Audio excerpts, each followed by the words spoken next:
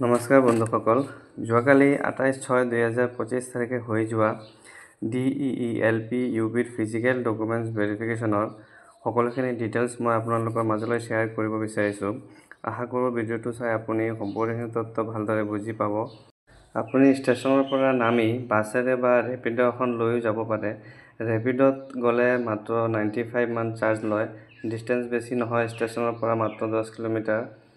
সেইখিনি আৰু বাৰু আপুনি বিচাৰি উলিয়াই ল'ব। এতিয়া কথা হ'ল যে প্ৰথমত SCRT খিনিৰ কথা কৈ লওঁ।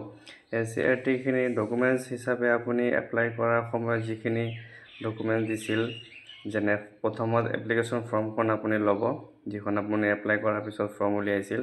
ছেকেণ্ড, আপোনাৰ HSLC এডমিট কাৰ্ড, মাৰ্কশ্বিট চাৰ্টিফিকেটখিনি আপোনাৰ অৰিজিনেলখিনি লাগিব। লগত আপুনি সকলোখিনি ডকুমেণ্টছ জেৰক্স কৰি একপি লৈ ল'ব লগত।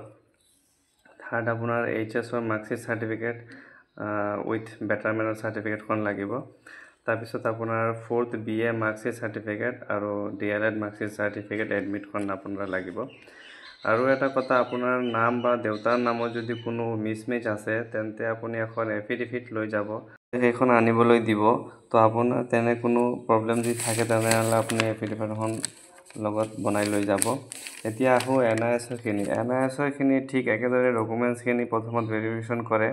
তাৰপিছত আপোনাৰ ইন ছাৰ্ভিচ হিচাপে নথিসমূহ বিচাৰে, যেনে আপোনাৰ এটেণ্ডেঞ্চ ৰেজিষ্টাৰ অৰিজিনেলখন বিচাৰে আৰু জেৰক্স উইথ অৰিজিনেল দুয়োখনেই লাগে। এডমিশ্যন শ্লিপ, আপোনাৰ ইউডাইজ কোড, চেলাৰী ডিটেইলছ যদি কিবা শ্লিপ থাকে সেইখিনি আপুনি জেৰক্স কৰি লগত লৈ যাব, আৰু পাৰিলে অৰিজিনেল থাকিলে অৰিজিনেলখনো লগত লৈ যাব। সকলোখিনি ডকুমেণ্টছ জেৰক্স লাগিব এক কপিকৈ উইথ ছেল্ফ এটেষ্ট।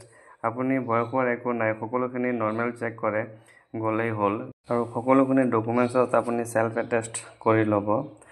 তো এয়াই আছিল আজিৰ ভিডিঅ'টো লাইক এটা কৰি শ্বেয়াৰ কৰি দিব, আৰু কিবা যদি জানিবলৈ আছে তেনেহ'লে মোৰ কমেণ্ট বক্সত কমেণ্ট কৰিব, নিশ্চয় ৰিপ্লাই দিয়াৰ চেষ্টা কৰিম। সকলোলৈ শুভকামনা কৰি ভিডিঅ'টো সমাপ্ত কৰিছোঁ। ধন্যবাদ।